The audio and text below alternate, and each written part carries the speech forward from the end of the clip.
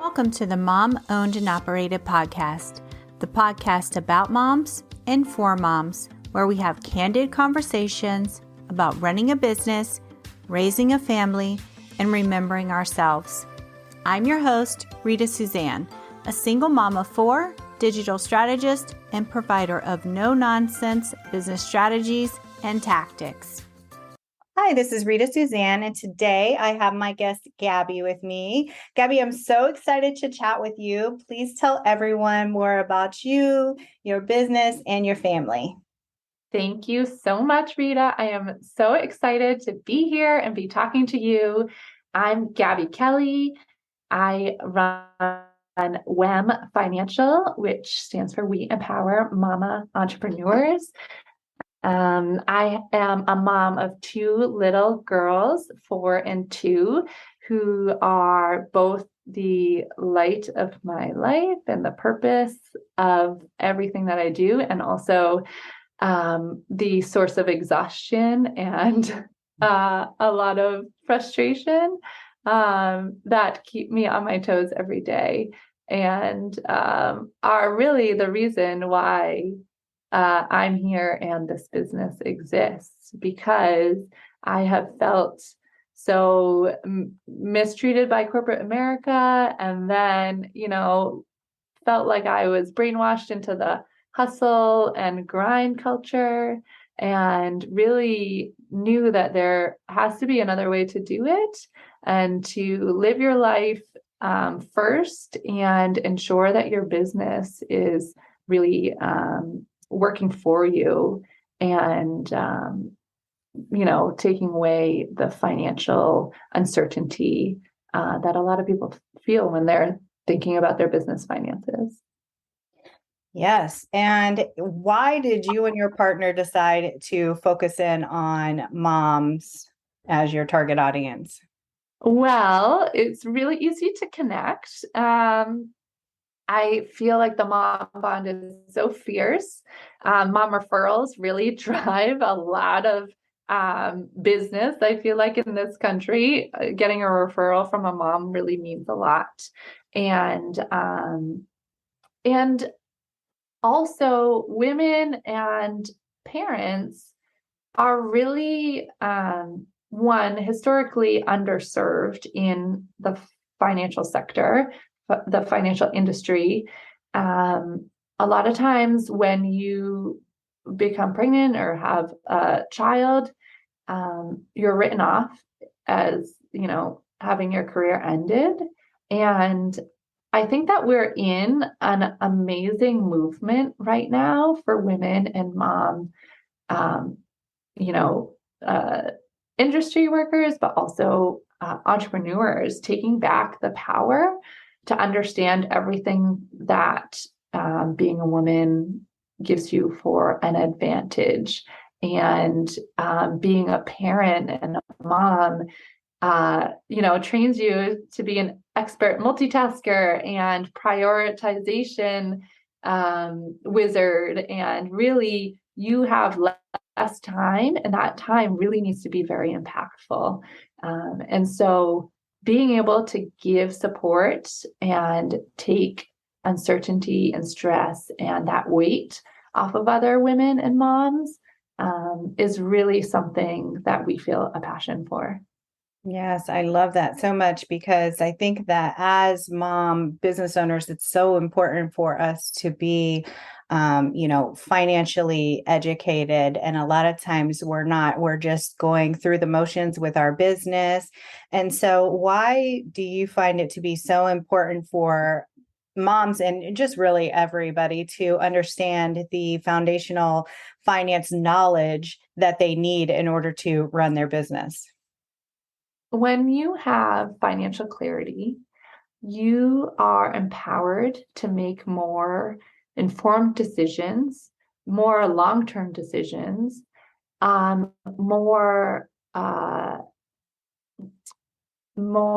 less reactive decisions to what's going on. You have a plan. You know how to measure your success. And there's a lot of shame or taboo talking about money and finance in our culture. And so like naming that, bringing that to light and helping to talk more freely and less, take down those barriers to people feeling like they're an outsider of their business when it comes to their financials, and really getting them in it, and ownership over it, empowered by it, and feeling like they're the ones in control.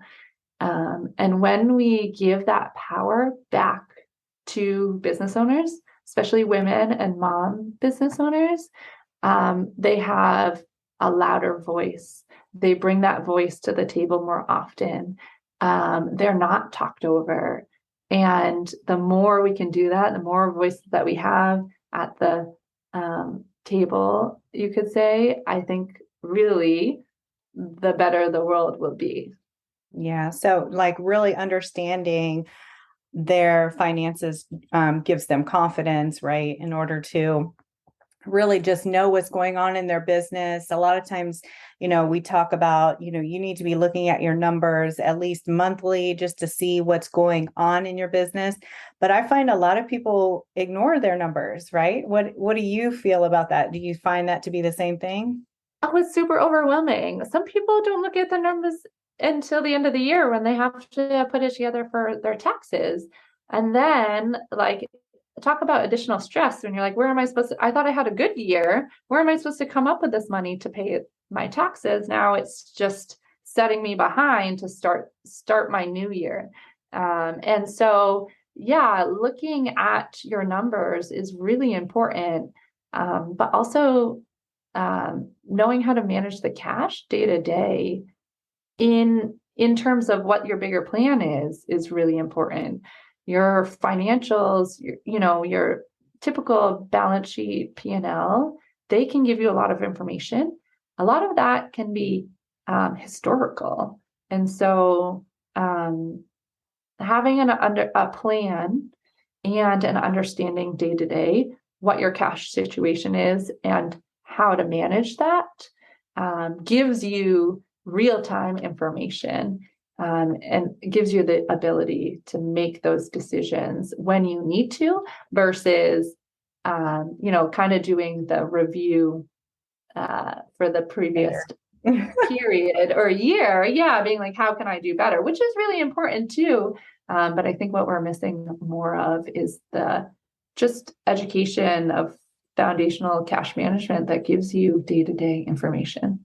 Well, tell us a little bit more about cash flow management. Like, do you have tips? Like, what can people do in order to kind of get that handle on their own cash flow?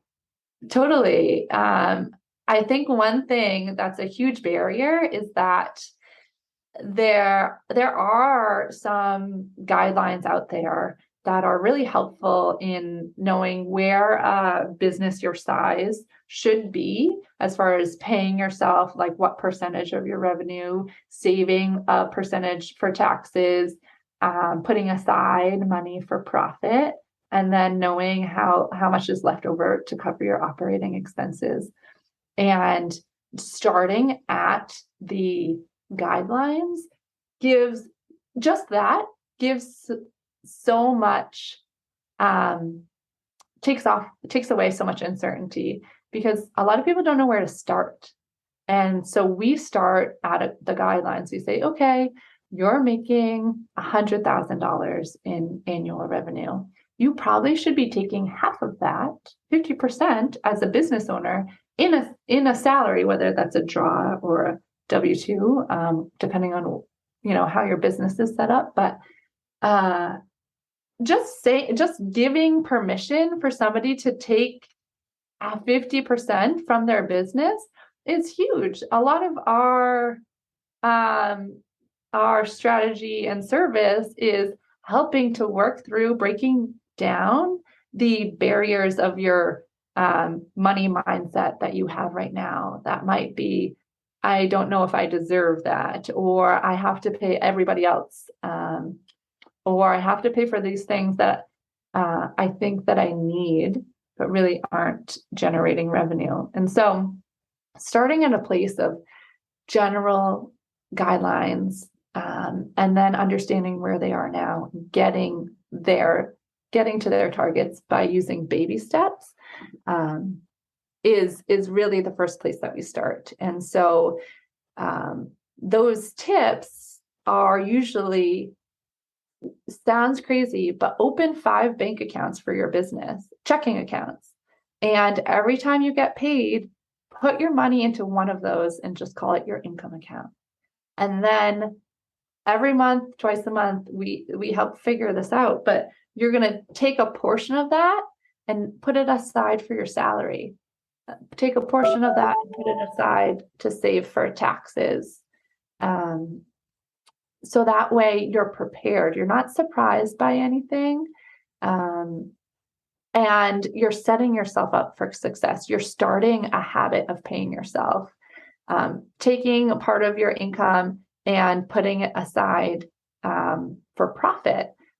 People think profit is something that happens after you're done your year, after you've looked at the month that you've had. If you take that profit first and you set aside a chunk of money, then you only give yourself something left to work with. And that creates innovation. That scarcity that you're creating for yourself helps you think, more clearly, helps you prioritize what's really going to move your business forward. And those are the first things that we work through, and that are basically our whole education is based off of. You can get more information just by splitting up the money that you're getting from your clients or your for your products. So use the profit first method, right? I took that. I took a class by him, and the author of that book and course and stuff. Mm-hmm. And I can't remember his Mike McAllowitz. Yeah. Yes. So I love profit first. I think that it is so smart. And I think that people are intimidated by having to open 5 bank accounts and have fees and stuff on them. But also I think that people get overwhelmed by breaking down the percentages. So I love that you're able to help them, because it's like, no, I can't pay myself 50% just yet, right? Because my expenses aren't going to be covered if I do this.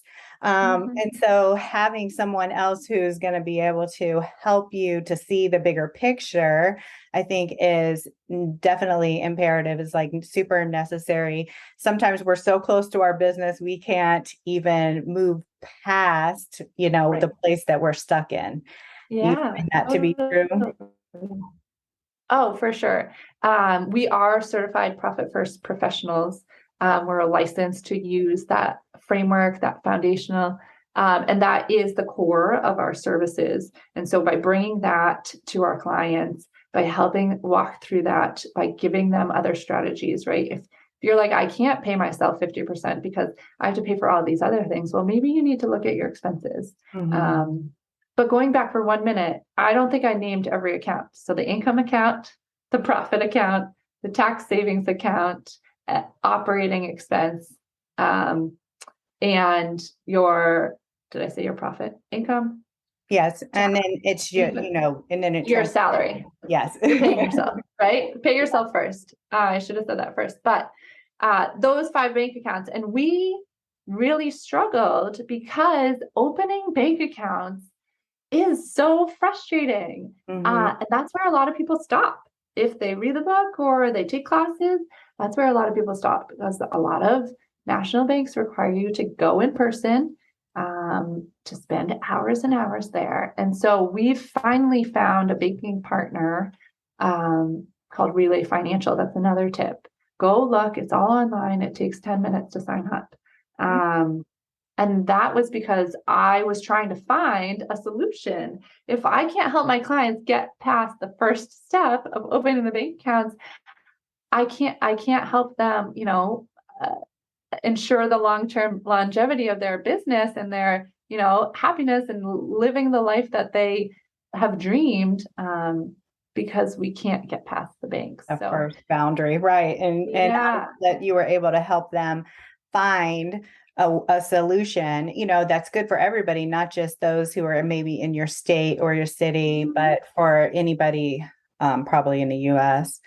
Oh, yeah. Yeah. Yeah. They're really amazing. So for some people, I think paying themselves is a huge obstacle that they face. So what do you think is the fastest way for someone to then start paying themselves so that they feel, more like a business owner, right? Like it actually feels Mhm. more legitimate. Two things. One, just starting a habit, just putting aside, even if you don't open all of the bank accounts, create a separate one and put aside a little money every month. Creating that habit, it's like the snowball effect. It gives you some joy, some boost, uh, and it can grow into a fully fledged salary if somebody's not taking, which a lot of people are not taking anything from their business. And then your profit account. So the whole Profit First is named Profit First because their whole belief is you create your profitability habit within your business first, then you're never not profitable. It's not something that you think of after, it's upfront, and then you pay for everything from your business. So that profit distribution that we help coordinate and help uh, create accountability for our clients. Taking that distribution quarterly is a celebration. It's us all celebrating the sacrifices that they've made and the hard work that they've done. As a business owner, you're your best employee. And you can't replace yourself with anybody who's not going to get paid, who's going to work more hours than anybody else. So when you think of it in those terms, it's really easy to see why you deserve to be paid. And that money mindset shift can take a while. And once you see progress and really, like actually get paid, a lot of our clients, email us back and say, like, this is the first paycheck I've ever paid myself. Like, or this is my first profit distribution and I'm taking my family out to dinner. It doesn't have to be big. Maybe it's $100 and you buy yourself some shoes. And like the next time you go somewhere, you feel really amazing. You start small and you gain momentum. And that is so powerful.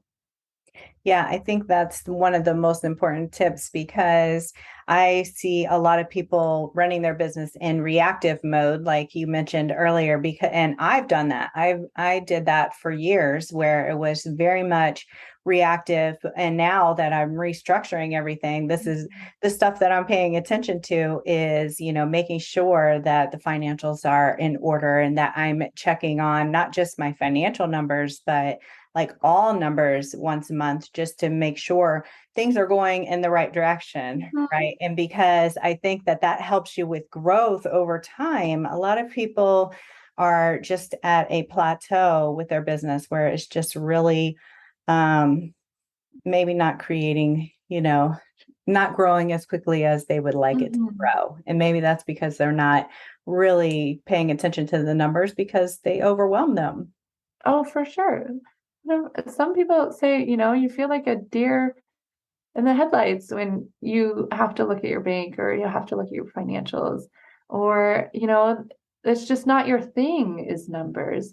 And that's okay. That's normal. Nobody teaches you, like I went to business school, nobody teaches you, how to manage cash. I never expected to be in an entrepreneurial position. And I find that, that everything, a lot of things are so overwhelming and there are a lot of experts out there and there's a reason because we can't all do it all. It's okay to ask for help, right? We've tried the burnout track. We've tried the grind and hustle and look at where the state of our, environment is and like mental health and, people trying to take back their power and their time and their life, knowing that we're not guaranteed tomorrow. We can't wait until our business is profitable in order to take a salary. we need to build that into our business. That should be a requirement of our business plan. And so all of those, that was a ramble, but all of those things are really, truly important and just need to be talked about. Once you name them, right? They hold less power. Yeah, I think that's true. So tell us what made you decide to actually start your business and leave corporate? Because I think that that's an interesting point that you made earlier that I kind of skipped over. And I'm curious what made you leave. Yeah. Every child I had, my Both first, of I them. went back, right. My first I went back to work and I felt like I was there for 8 years, 7 or 8 years. And I was like, you know who I am. Why do I have to be here in front of you in order to prove my value, and like the worth to the company? I have priorities, and if I can get my things done, I don't need to be here in front of you just, to be another face or butt in a seat. Just in case I need And you. Yeah. right, yeah, and look at how far we've come, right, for online and digital connections. But I really didn't feel valued once I had a child. I wasn't able to work weekends, and I was like, wait a minute, I'm waking up now. Why am I working weekends? This is the only life that I have. It's like we are all brainwashed until you wake up when you have something more important to do than work. Yeah.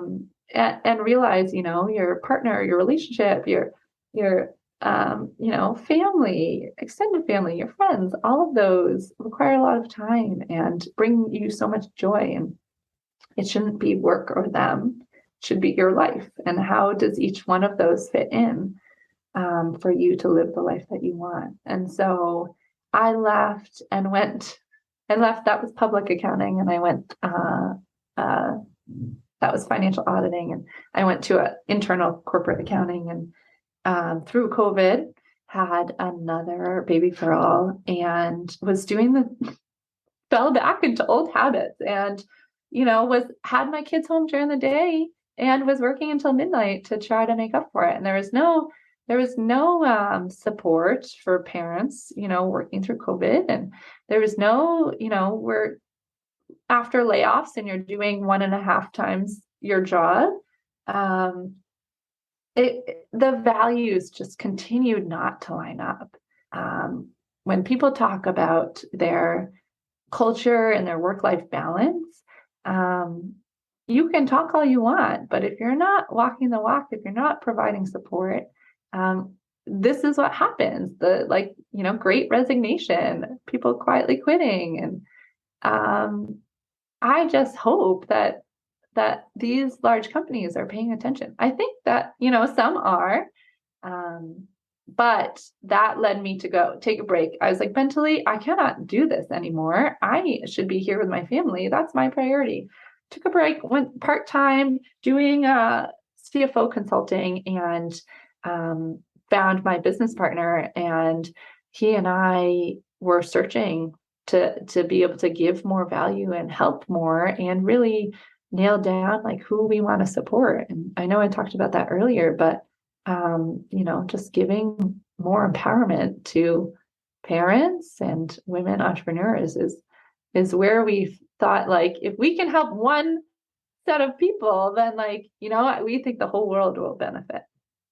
Yeah, because I feel it's like you found that niche or niche because you as a mom realized like how important it was, because you probably saw other moms, business owners struggling with the same thing. So then I have a quick question. If another mom came to you and said, Gabbie, I really want to start my business, what would be your advice for her to do? Like, what would you recommend she do first? There first call us. No, but reading Mike's book, Profit First, is, even if you don't take anything away from it, you'll learn. Just talking about money and how to set up your business in a way that starts with profitability. We all know, like bootstrapping, you're giving into your business for the hope and investing into your business for the hope that you'll benefit later. And knowing upfront what you should be doing from the beginning only sets you up for greater success, right? It's like planting a tree. The best time to plant a tree was 10 years ago, but the next best time is today. So if you're starting, the best time to like implement cash management strategies is when you start. Right. And then next best time is for any of those listening today, right? Like you don't have to wait until you're making 10 grand a month. You don't have to wait until you're making $1 million in revenue. The point is to do that today, setting yourself up for exponential success. Right, because it'll help you grow faster and be prepared for that growth. Because I think that a lot of times people wait until they're starting to grow, and then they have all these pain points and all these issues because of the growth, right? They're not really prepared for the growth. And for those that don't really want to read, I read the book, but also there was a creative live course by him on Profit First. And it was, I don't know if it's still there, but if it is, it was $20. And I'm like, it was worth everything, just hearing, like he goes through every single phase of the book, but just hearing him explain it in his own words was really super valuable for me because, it goes through all of the aspects of it. So I just want to put that little pickle in there. Right. So one thing that I always love to talk about is self-care. So you have your 2 little ones and you are running your business with a partner, which sometimes can be a little bit of a challenge. Like I've had businesses before with partners and, sometimes it's tough to manage the relationship because it feels like a marriage of sorts, right? So tell us, what are you doing, Gabbie, for yourself? What are you doing for self-care? One, I hired a life coach so I could be accountable for self-care. I have my morning routine with my meditation and my workout, and that really helps ground me every day. I absolutely love to create, to get crafty, to write.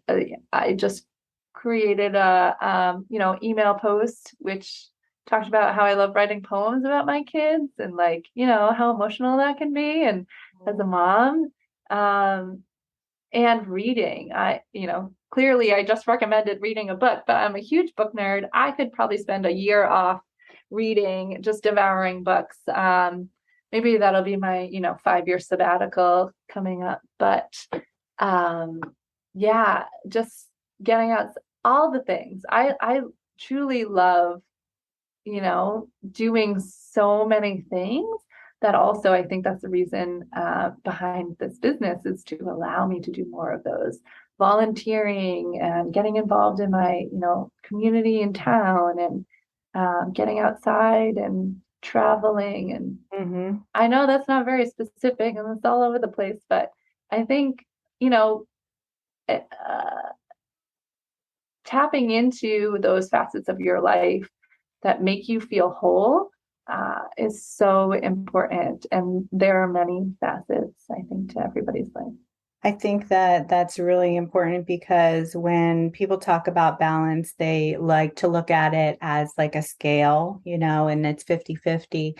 And when you look at balance from maybe a pie instead, and you take all of those things that you mentioned, reading and writing poems and traveling and doing all of these things, all of that can fit within your pie, right? And it doesn't have to be equal. It doesn't have to be 50-50. It can be whatever you want it to be, as long as you're doing the things that you love and that light you up.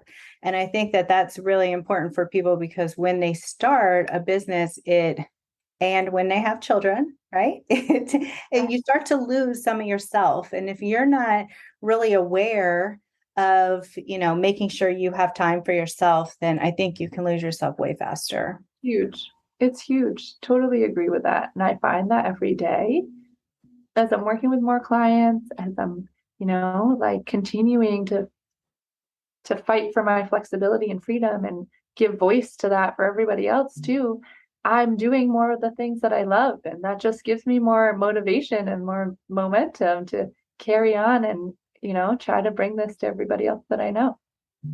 I love that because it's your business is, giving them confidence, but it's also giving you confidence in knowing that you're doing what you love to do and what really lights you up. Yeah. Yeah. So Gabbie, tell everyone how they can find you and hire you to help them get all their cash flow issues in order. I would love to hear from anybody listening. My email is Gabbie at wem.co, and that's Gabbie, Gabbie.